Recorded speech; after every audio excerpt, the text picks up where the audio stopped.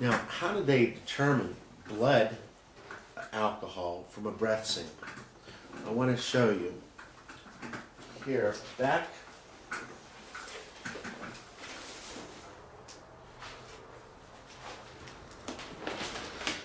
in the 1920s, a guy over in Sweden figured out that if you could take a measurement of someone's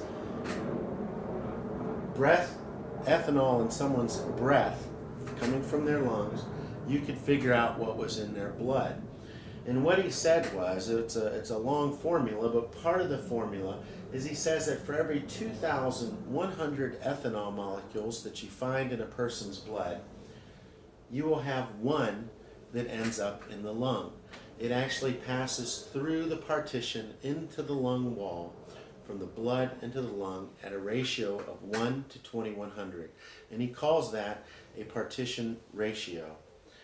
Now, scientists in the 70s, 80s, 90s have done more studies, and what they found out is that people's partition ratios vary. They can be as low as 1555 all the way up to 3005. So we don't know what your partition ratio is. We just don't know. Now the state's experts, they outright lie to the judges and the prosecutors in the Commonwealth of Virginia. What they say is that everybody's getting the benefit of the doubt on a breath test. They say that if you took your blood, the number on the blood certificate would be higher than what's on your breath certificate, and that's a lie. But the reason why they say that is the average person's partition ratio is almost 2,300 to 1. The thing is that 15 to 20% of the population are below 2,100 to 1. So they're actually getting screwed on a breath test. I had the state's expert in a trial.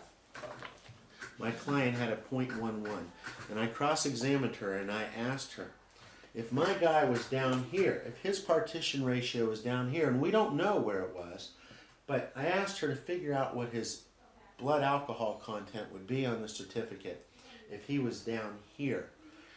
She didn't want to answer the question. She finally did, and her answer was a .077 from a .11. If you come into my office, I'll show you the transcript and I'll show you that number. So we don't know.